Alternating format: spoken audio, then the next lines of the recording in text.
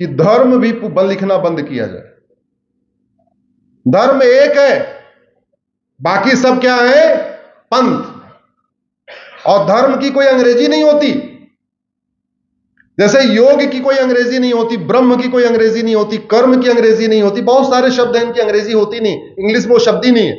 English में शब्द इसलिए नहीं है कि वो सब उनके दिमाग के ऊपर की चीजें हैं। जहां से अंग्रेजी आई है ना, ये धर्म, कर्म, ब्रह्म, योग, ये सब उनके दिमाग से, उनके ऊपर की चीजें हैं, इसलिए वो शब्द ही नहीं उन्होंने बनाए। हमारे यहां से तो हमने शब्द बनाए।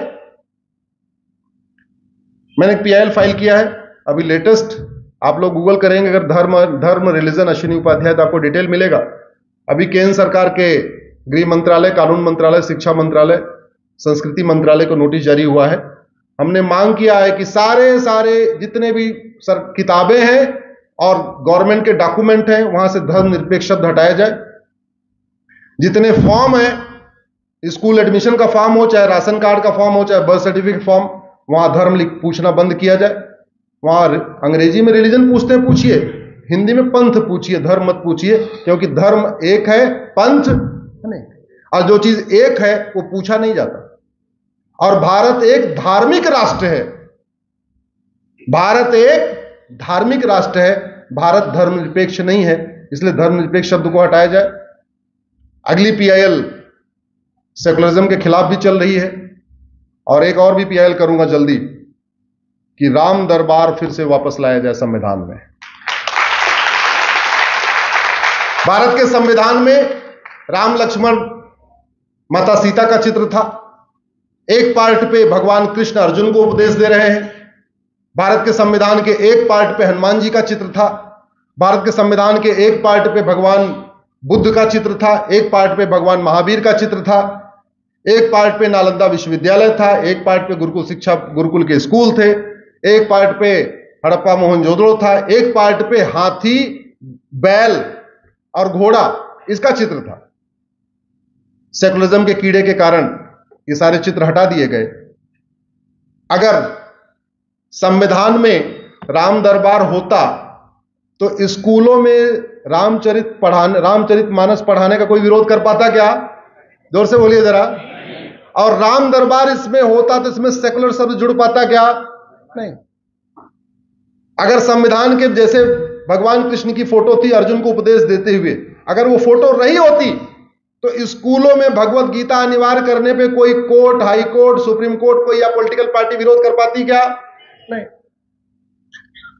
भगवान हनुमान जी का इसमें चित्र अगर रहा होता तो सुबह की प्रार्थना में स्कूलों में हनुमान चालीसा पढ़ाने में कोई विरोध कर पाता क्या? नहीं। ये सारे महापाप नेहरू जी ने किए। नेहरू जी ने सारे चित्र हटवा दिए। अब उन चित्रों को वापस लाने की भी लड़ाई करनी पड़ेगी, लेकिन लड़ाई अकेले नहीं होगी। क्या करना पड़ेगा आपको? फेसबुक पे और उस पे लिखना पड़ेगा। सही सही चीजें रोज लिखना शुरू करिए। 5000 इसलिए कह रहा हूं, अरे 500 आपके फ्रेंड रहेंगे तो आपकी बात 500 लोगों तक पहुंचेगी, और आपके 5000 फ्रेंड होंगे तो आपकी बात 5000 लोगों तक पहुंचेगी। आप कितना अच्छा लिखते हो ये 5000 लोग पढ़ेंगे। कुछ ऐसी भी चीजें होंगी, आपके नए आइडियाज होंगे, आपके नए सजेशन होंगे, वो वायरल होना शुरू हो जाएंगे। आप लिखोगे फेसबुक पे, लोग वहां से कॉपी पेस्ट मार के अपने व्हाट्सएप पे वायरल कर लेंगे, अपने नाम से कर लेंगे। भाई अपने नाम से करने तो क्या दिक्कत है? कोई जरूरी आप ही के नाम से हो। आइडिया आपका है, कोई चुरा के आगे बढ़ा रहा है तो चुराने दो, अपने फेसबुक डालने दो। आप ऐसा करेंगे तो ऐसे भी हो सकता है कुछ आइडिया आपका मंदसौर का हमें दिल्ली में बैठे बैठे मिल जाए, और बैठे बैठे मिल जाए तो हो सकता है मैं पीआईएल भी कर दूं। इसलिए मैं आपसे आग्रह करता हूं कि आप लोग इस पे बोलना शुरू करें। मानव निर्मित कोई भी समस्या लाइलाज नहीं है, पहले तो दिमाग में रख लीजिए। मानव निर्मित कोई भी समस्या लाइलाज। दूसरी बात, मानव निर्मित समस्या का इलाज किसको करना पड़ेगा? मानव निर्मित समस्या का इलाज या तो भगवान राम के भक्तों को करना पड़ेगा, तो कृष्ण के भक्तों को करना पड़ेगा, महावीर जी के भक्तों को करना पड़ेगा, गौतम बुद्ध के भक्तों को पड़ेगा, हनुमान जी के भक्तों को करना पड़ेगा। हनुमान जी ऊपर से आके, भगवान राम आके, लक्ष्मण जी आके, भगवान विष्णु आके, शंकर आके इलाज कराएंगे क्या? उसका इलाज करेंगे क्या? अल्टीमेटली राम मंदिर की लड़ाई भगवान राम लड़ने थोड़ी आए। कहां लड़ी गई? सुप्रीम कोर्ट में। किसने लड़ा? राम भक्तों ने। ऐसी कोई बीमारी नहीं जिसकी कोई दवाई नहीं, ऐसी कोई समस्या नहीं जिसका कोई समाधान नहीं। जोर से बोलिए, ऐसी कोई बीमारी नहीं, ऐसी कोई समस्या नहीं।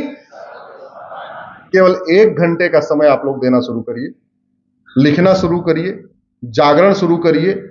आज की डेट में जो कुछ सोशल मीडिया में लिखा जाता है उसको सांसद, विधायक, मंत्री, मुख्यमंत्री सब पढ़ते भी हैं। हमें चूंकि परिवर्तन करना है तो वर्तमान व्यवस्था को बदले बिना हम उसमें परिवर्तन नहीं कर सकते। अगर हम राम राज्य स्थापित करना चाहते हैं तो हमें व्यवस्थाओं को बदलना पड़ेगा। राम राज्य स्थापित करना है तो हमें नियम कानूनों को बदलना पड़ेगा।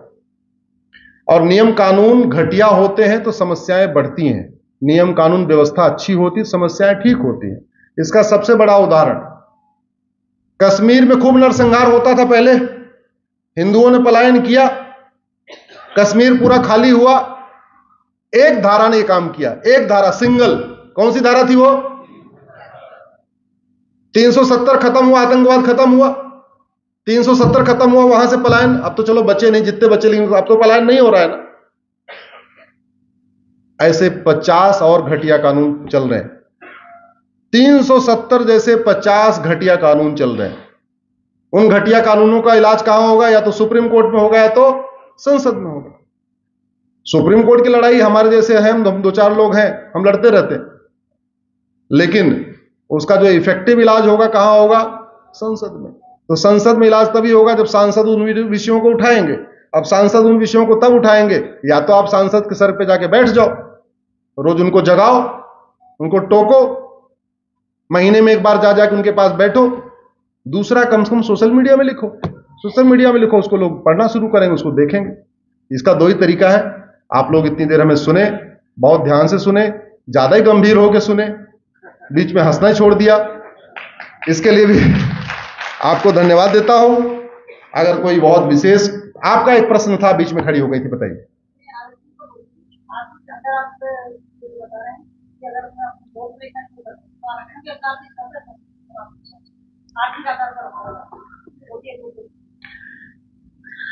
कोई अभी इसका जवाब देने की बजाय मैं केवल इतना ही कहूंगा, मानव निर्मित हर समस्या का समाधान संभव है, लाइलाज नहीं है।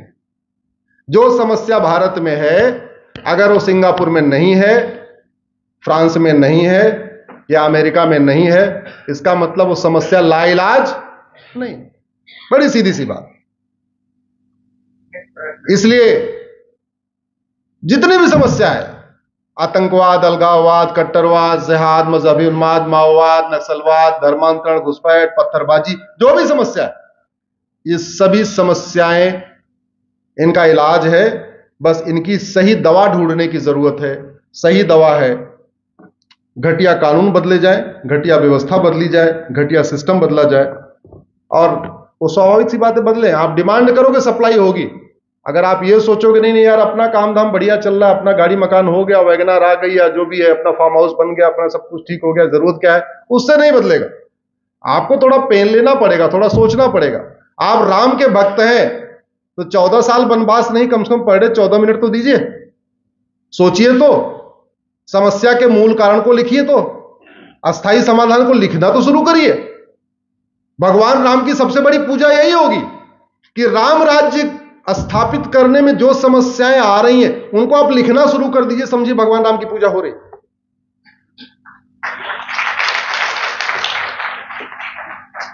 जी साहब, जो भगवान राम दरबार का जो चित्र हटाया गया, इसके लिए कोई संविधान संशोधन तो लाया नहीं गया, इसलिए ये तो अभी भी फिर से छाप सकते हैं। अगर कोई पब्लिशर अगर हिम्मत करे तो कहाँ रोके? नहीं, पब्लिशर नहीं छाप सकता उसके लिए, क्योंकि संविधान संशोधन तो लाया नहीं गया इसके लिए। मैं समझ गया आपकी बात। उसको चोर दरवाजे से निकाल दिया गया, और किसी पब्लिशर की इतनी हिम्मत नहीं है कि उसको छाप सके। जैसे आर्टिकल 35 चोर दरवाजे से निकाला गया था, लेकिन किसी पब्लिशर की हिम्मत नहीं पड़ती आर्टिकल 35 छापने की।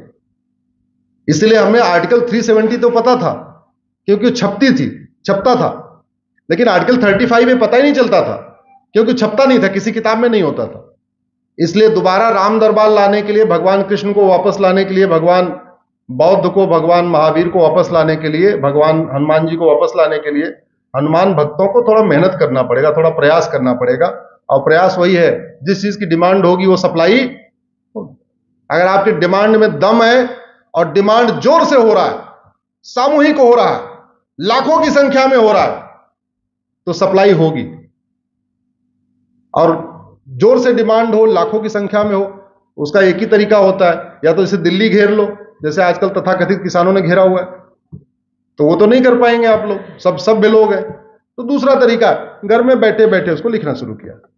बहुत बहुत धन्यवाद, बहुत बहुत आभार। भारत माता की, भारत माता की, भारत माता की। ऐसे बहुत सारे प्रश्नों का जवाब मेरे फेसबुक पे रहता है, मेरा पेज है, अगर आप लोग वहां से जुड़ जाएंगे तो बहुत सारे ऐसे सवाल जैसे आपके मन में है या कुछ और भी मन में है, आपको वहां उत्तर मिलता रहेगा। जय हिंद।